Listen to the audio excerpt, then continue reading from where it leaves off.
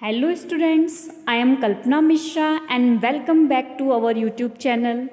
Students, आज हम करने जा रहे हैं क्लास 9th के in text question answer chapter 1 matter in our surrounding के। इसके पहले चैप्टर हमारा कॉन्सेप्ट कंप्लीट हो चुका है। अगर आपने नहीं देखा है तो उसकी प्लेलिस्ट ज़रूर चेक करो, डिस्क्रिप्शन में भी मिल जाएगी आपको।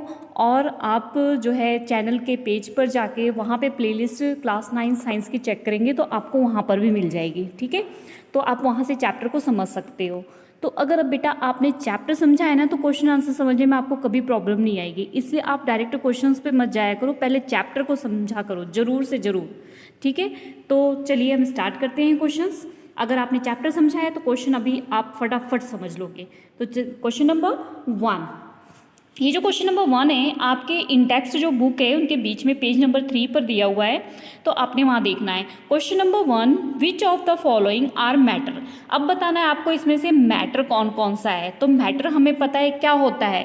मैटर जो होता है जिसमें मास होता है और वॉल्यूम होता है, और वो क्या होता है, मैटर होता है। मीन्स जो ऑक्यूपाई करता है स्पेस वो क्या होता है, मैटर होता है। तो चलिए अब जो ऑप्शन दिया है इसमें से हम देखते हैं। ऑप्शन में हमारे पास सबसे पहले क्या है, चेयर। तो चेयर तो भाई इसका मास भी है और इसका वॉल्यूम भी है। एयर का मास और वॉल्यूम है, बिल्कुल है, क्योंकि एयर क्या करती है, स्पेस को कवर करती है ना। हाँ, आप क्या सोच रहे होगे एयर कैसे, उसका तो मास वॉल्यूम नहीं होता है। होता है, अगर बैलून में हम एयर को फिल करते हैं तो कवर करती है ना जगह को, ठीक है। उसके बाद लव, लव तो फीलिंग है ना, ठीक है, ये नहीं है। स्मेल, स्मेल भी फीलिंग है, इसलिए ये भी नहीं है। हैट, ये भी नहीं है, ठीक है। नफरत करोगे आप उससे, फीलिंग है, ठीक है। उसके बाद एलमंड्स, ये क्या है, मैटर है, ठीक है। थॉट, सोचना है, नहीं है। कोल्ड तो क्या है, सिर्फ अगर कोल्ड है तो फीलिंग है, ठीक है, इसलिए वो मैटर नहीं है।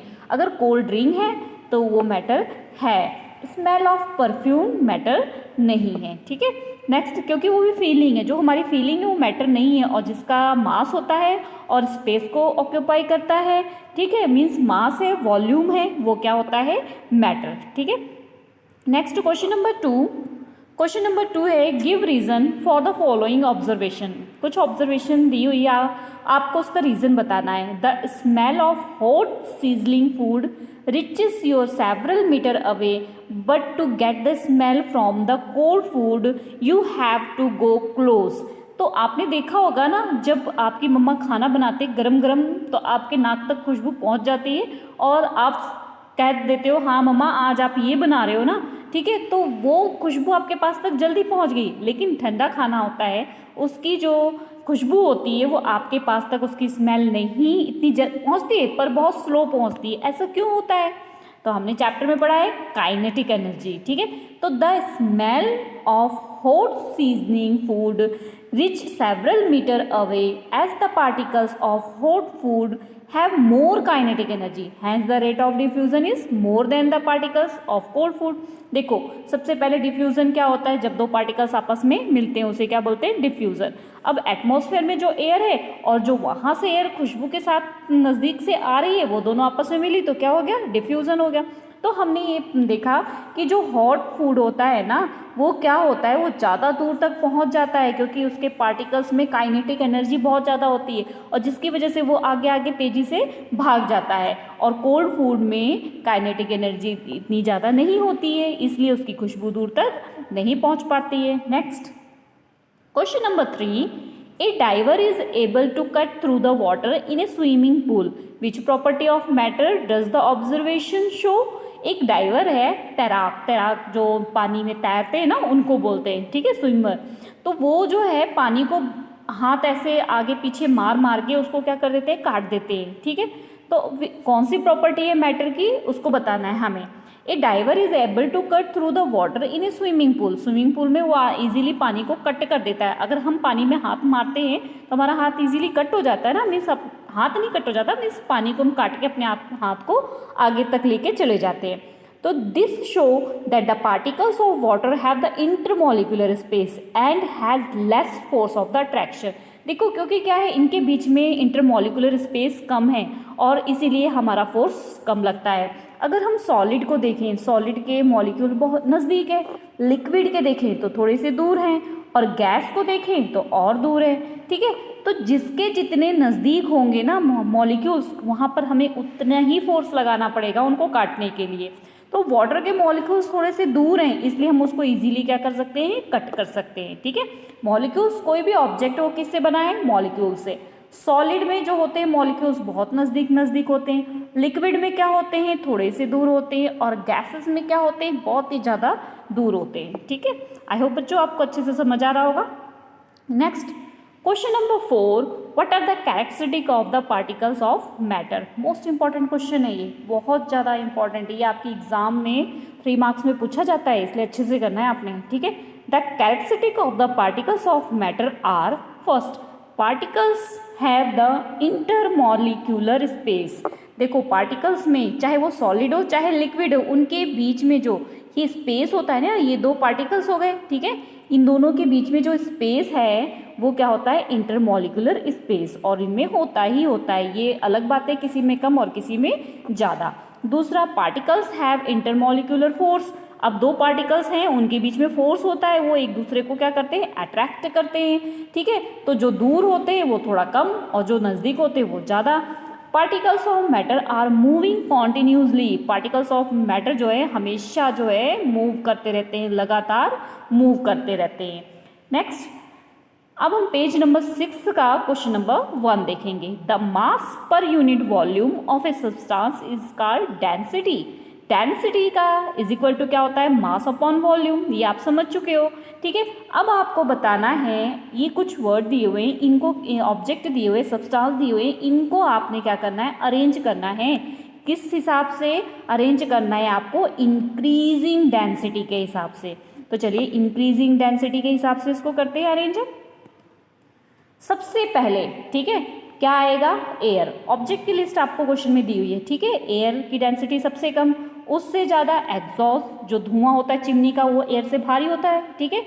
दूसरा कॉटन, उसके बाद वाटर, हनी थोड़ी सी भारी होती है ना, आपने देखा है ना। उसके बाद चॉक, और सबसे ज़्यादा क्या है, आयरन की डेंसिटी। मीन्स जिसका मास और वॉल्यूम सबसे ज़्यादा होता है, ठीक है, उसकी डेंसिटी ज़्यादा होती है, और जिसका कम होता है उसकी डेंसिटी कम होती है। तो आप इनको अगर कंपेयर करेंगे तो ये कंपेयर करना है कौन सबसे हल्का है, उससे भारी कौन है, उससे भारी कौन है, इस हिसाब से इसको आपने क्या करना है, आगे आगे इंक्रीजिंग ऑर्डर में करना है।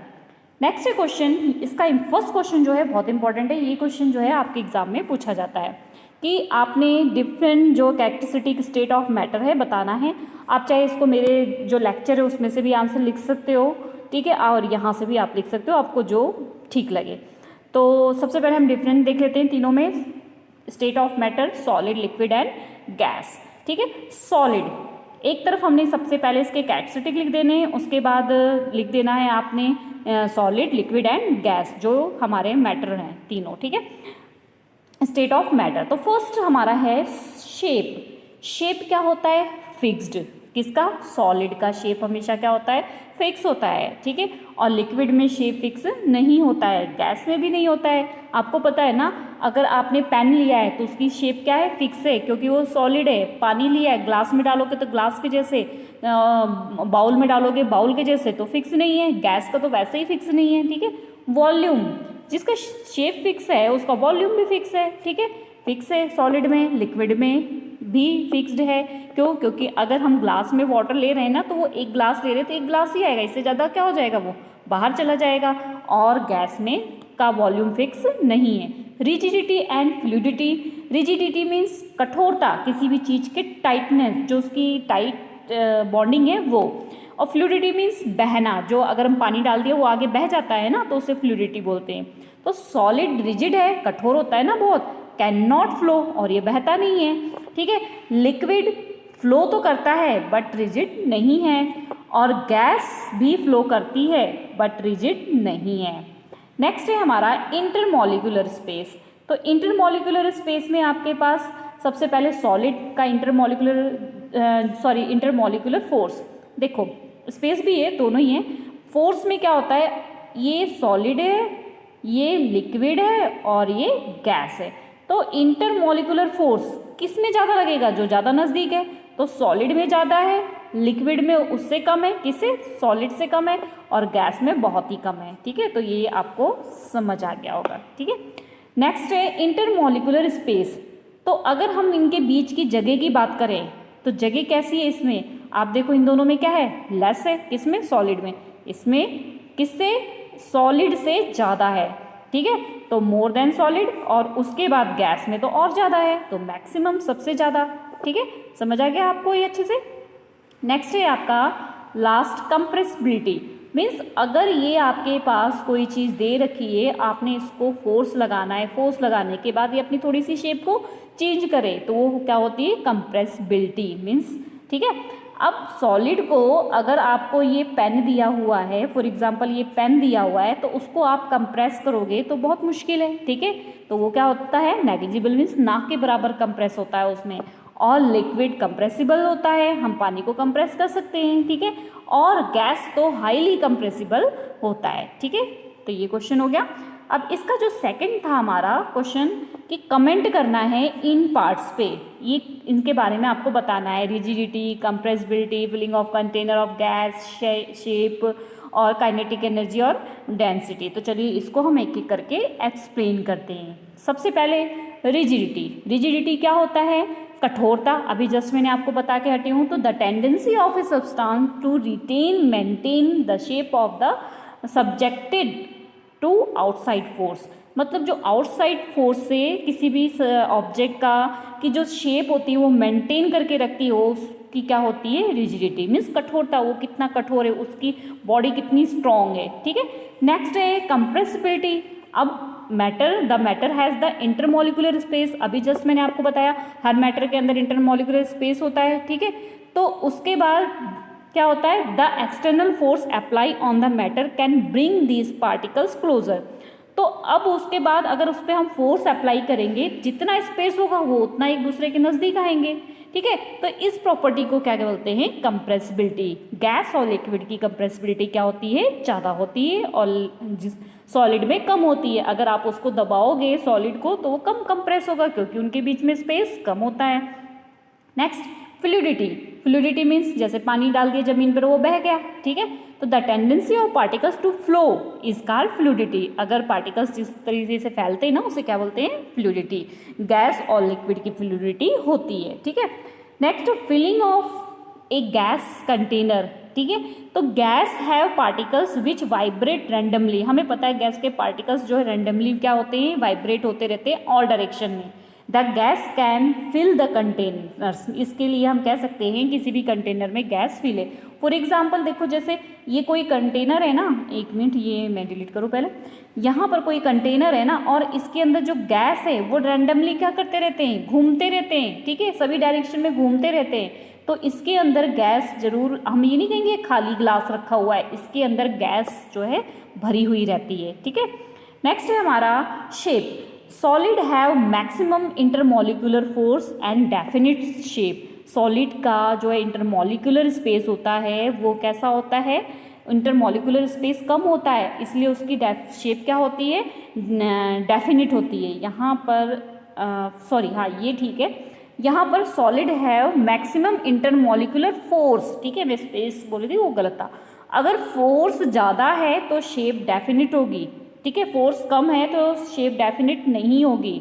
ठीक है, तो नेक्स्ट इसलिए लिक्विड और गैस में क्या होती है, वो किसी भी कंटेनर का शेप ले लेते हैं, क्योंकि इनके बीच में मॉलिक्यूलर स्पेस क्या होता है, मॉलिक्यूलर फोर्स क्या होता है, वो क्या होता है, कम होता है। ठीक है, और सॉलिड में मॉलिक्यूलर फोर्स क्या होता है, ज़्यादा होता है। Next kinetic energy. ये मॉलिक्यूल से ये आगे को भाग रहा है, इसका मतलब इसके अंदर कौन सी एनर्जी है, इसके अंदर है काइनेटिक एनर्जी। ठीक है, तो the energy possessed by particles due to their motion is called kinetic energy. Energy pass हो रही है, उसके पार्टिकल्स में मोशन आ रहा है, वो आगे जा रहा है, मीन्स ये पार्टिकल्स और ये भाग रहा भाग रहा भाग रहा भाग रहा, इसका मतलब इसके अंदर क्या है, kinetic energy. Molecules of gases vibrate randomly as they have maximum kinetic energy। जो गैस के मॉलिक्यूल्स होते हैं, हमने पढ़ा था कि वो भी रैंडमली क्या रहते हैं, हमेशा मोशन में रहते हैं, तो इसका मतलब उनके अंदर काइनेटिक एनर्जी क्या होती है, सबसे ज़्यादा होती है। नेक्स्ट है density. Density it is the definite as mass per unit volume. Density का मतलब क्या होता है, मास पर यूनिट वॉल्यूम, ठीक है, मास और वॉल्यूम, ठीक है। तो सॉलिड होता है ना, सॉलिड की डेंसिटी सबसे ज़्यादा होती है क्योंकि उसका मास भी ज़्यादा होता है और वॉल्यूम भी ज़्यादा होता है, ठीक है, इसलिए उसकी डेंसिटी सबसे ज़्यादा होती है। Next question number 3, give reasons. आपको 3 क्वेश्चन दिए हुए, इनके रीजंस बताने हैं। एक gas fill completely the vessel in which it kept. एक गैस है वो कंप्लीटली फिल है, उसका वेसल्स पूरी तरीके से भरा हुआ है, ठीक है, जिसमें वो रखी हुई है। इसका रीज़न बताओ ऐसा क्यों। एक gas exert pressure on the wall of the container. एक गैस है वो किसी भी कंटेनर पे प्रेशर लगाती है, ठीक है। ए wooden table should be called a solid. एक लकड़ी की टेबल है उसको हम सॉलिड कह रहे हैं। We can easy move our hand in air but to do the same, ठीक है। तो हम same through a solid block of the wood we need a karate expert. अगर हम हवा में हाथ को घुमाते तो इजीली घुमा लेते हैं, लेकिन अगर वही हमें कहीं वुडन ब्लॉक पे मारना पड़े तो उसके लिए क्या चाहिए, हमें कराटे एक्सपर्ट चाहिए। ऐसा क्यों, तो चलिए एक एक करके करते हैं। देखो, the molecule of guys have high kinetic energy. हमें पता है मॉलिक्यूल ऑफ गैस के अंदर काइनेटिक एनर्जी क्या होती है, सबसे ज़्यादा होती है। Due to which they keep moving in all direction and hence fill the vessels completely in which they are kept. इसका मतलब जिस भी वेसल में वो रखा है वो कंप्लीटली वहाँ पे क्या हो रहा है, बार बार डायरेक्शन में मोशन कर रही है। और मोशन कर रही है इसका मतलब वो जो कोई भी वेसल है, ये कोई वेसल है, उसके अंदर इसका मतलब गैस भरी हुई है क्योंकि वो रैंडमली क्या हो रही है, मोशन में है, ठीक है। नेक्स्ट, एक गैस एग्जर्ट प्रेशर लगा रही है किसी वॉल के कंटेनर पे। क्यों, क्योंकि because molecule of gas are in constant random motion. क्योंकि मॉलिक्यूल ऑफ गैस जो होते हैं वो रैंडम हमेशा मोशन में रहते हैं, उनके अंदर काइनेटिक एनर्जी बहुत ज़्यादा होती है। काइनेटिक एनर्जी होने की वजह से वो उसके मॉलिक्यूल्स जो होते हैं हमेशा क्या करते रहते हैं, वाइब्रेट होते रहते हैं। और वाइब्रेट होने की वजह से वो जिस भी कंटेनर में है उसकी वॉल पे क्या करते हैं, हमेशा प्रेशर देते रहते हैं, ठीक है। ये जैसे कि ये कोई भी पॉट है आपका, ये पॉट है, अब इसमें जो गैस है वो मूव कर रही है ना, तो मूव कर रही है तो हमेशा जहाँ पर है वो एक कंटेनर में क्या कर रही है, फोर्स लगा रही है, प्रेशर लगा रही है, ठीक है। नेक्स्ट, जो हमने कहा है कि the molecule particles of wooden table जो है सॉलिड है, वो क्यों है, the molecules particles of wooden table are tightly packed each other. अगर हम वुडन टेबल की बात करें तो उसके जो पार्टिकल्स है वो टाइटली पैक्ड है, कुछ इस तरीके से टाइटली पैक्ड है। ये ज़्यादा दूर हो गया और नज़दीक, ठीक है, पैक है, ठीक है। Other there no molecular space, इसका मतलब उनके बीच में बहुत ही मॉलिक्यूलर स्पेस नहीं के बराबर है। It can't to be compressed, हम उसको कंप्रेस्ड भी नहीं कर सकते। इट कांट फ्लो, वो आगे बह भी नहीं सकता है। All these characteristic are of solid, ये सारे कैरेक्टर क्या शो कर रहे हैं कि वो क्या है, सॉलिड है। सो वुडन टेबल भी क्या है, सॉलिड है, ठीक है, तो इसलिए वुडन टेबल भी सॉलिड है। अच्छा, अब कराटे एक्सपर्ट ही क्यों तोड़ सकता है लकड़ी की टेबल को, हम क्यों नहीं तोड़ सकते हैं, तो चलो इसको देखते हैं। We can easy move our hand in air but to do the same through a solid block of wood we need a karate expert. तो हम हवा में हिला लेते हैं, बट वुडन टेबल को अगर तोड़ना है तो उसके लिए कराटे एक्सपर्ट होना जरूरी है। ऐसा क्यों, it is because the molecules of air has less force of attraction. जो एयर के मॉलिक्यूल्स हैं वो इतनी दूर दूर हैं तो इनके बीच का अट्रैक्शन फोर्स भी क्या है, कम है, ठीक है। और इनके बीच में जो एक्सटर्नल फोर्स है जो इनको अलग करना है, ठीक है, जब इनके बीच में अट्रैक्शन फोर्स कम है तो हम इनको आसानी से बीच में से क्या कर सकते हैं, अलग कर सकते हैं। बट अगर हम सॉलिड के केस में देखें तो उनके मॉलिक्यूलर में मैक्सिमम फोर्स ऑफ अट्रैक्शन होता है, वो बहुत नज़दीक है। नज़दीक होने की वजह से अट्रैक्शन फोर्स भी ज़्यादा होता है। ये टाइटली आपस में क्या होते हैं, बॉन्डेड होते हैं, और जिसकी वजह से इनको तोड़ने के लिए ज़्यादा फोर्स की रिक्वायरमेंट होती है। इसलिए हमें क्या होना पड़ेगा, कराटे एक्सपर्ट होना पड़ेगा वुडन टेबल को काटने के लिए, ठीक है। Next, liquid generally, question number 4, liquid generally have lower density as compare to the solid but you must have observe that ice float on water, find out why. अब हमने पढ़ा हुआ है ना, लिक्विड की डेंसिटी कम होती है और सॉलिड की डेंसिटी ज़्यादा होती है, लेकिन जो आइस होती है आपने देखा होगा उसको पानी में डालें हम तो वो ऊपर फ्लोट करने लग जाती है। ऐसा क्यों, देखो आइस होता तो सॉलिड है लेकिन उसकी डेंसिटी कम होती है पानी से। क्यों? क्योंकि उसका स्ट्रक्चर ही ऐसा होता है, उसका स्ट्रक्चर मॉलिक्यूलर स्ट्रक्चर जो होता है वो एक केज की तरह होता है, जाल की तरह, एक पिंजरे की तरह होता है। मीन्स बीच में खोखला है और आसपास उसने अपने मॉलिक्यूल को इकट्ठा कर रखा है। उसके बीच में लॉट ऑफ वैकेंट स्पेस होती है जिसकी वजह से उसकी डेंसिटी कम होती है और वो वाटर के ऊपर क्या करता है, फ्लोट करने लग जाता है। ठीक है, नेक्स्ट है हमारा साइंस टेक्स्ट बुक का पेज नंबर 9 के क्वेश्चन। तो अब देखते हैं, हमारी वीडियो लंबी हो रही है, 20 मिनट की हो गई है। ठीक है, तो ऐसा करते हैं बच्चों, आगे के क्वेश्चंस को हम नेक्स्ट वीडियो में कवर करने की कोशिश करते हैं।